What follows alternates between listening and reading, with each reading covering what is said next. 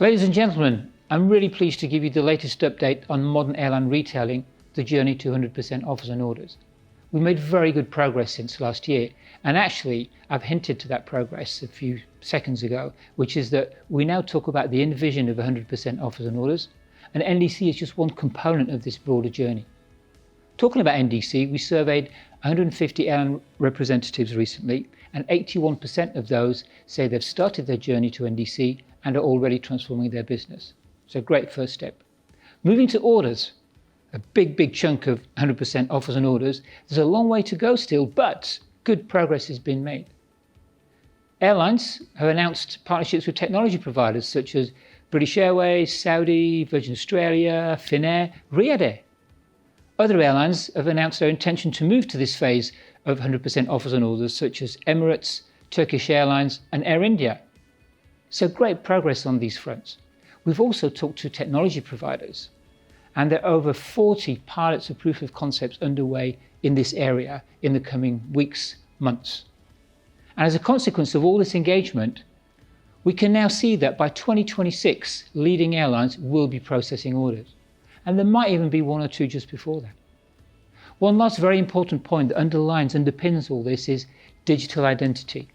We've demonstrated through proof of concept how when you bring together our one order standard, the one ID standard, coupled with digital identity and biometrics, we can really enhance the whole passenger experience from the shopping part through admissibility and border control. So watch this space, it's coming our way. 2026 will be a key year here as well.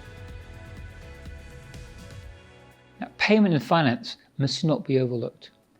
In the recent global passenger survey IATA carried out, 71% of the customers said they'd be very happy to use a digital wallet for payment going forward. So this really links into this whole digitalization that's taking place right now. And also there are many opportunities for airlines to include payment in their commercial strategies. There's a cost opportunity maybe, but there are also revenue opportunities by being more customer centric. Because if the customer has more access to the solutions, the payment methods they prefer, then conversion rates will increase and so will reach. So it's definitely a win-win for all. On the finance side, there are some big changes. For example, settlement values are now available up front and not downstream in the process. So the finance teams, revenue accounting teams, they're all working together to try to understand what will the workflows of tomorrow look like, so we can really optimize and get the benefits from this transformation in these areas as well, and simply make it work so we can collect the money. Standards are the backbone of this transformation. And the Passenger Standards Conference has carried out a huge amount of work over the last few months, working with all of its members, from all the working groups to all the boards, to try and understand what are the key areas of focus required to best support this transition, particularly between now and 2026. As you can see on this slide, they've identified several areas of focus they're going to be working on going forward. Collaboration is so important in this journey. Collaboration across the airline, collaboration across the value chain.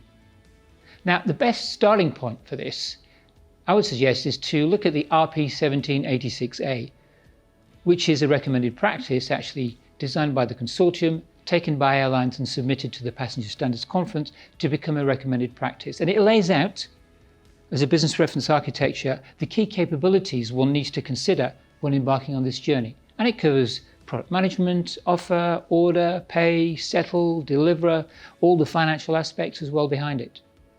So it's a great way to start working within the airline across all the different functions.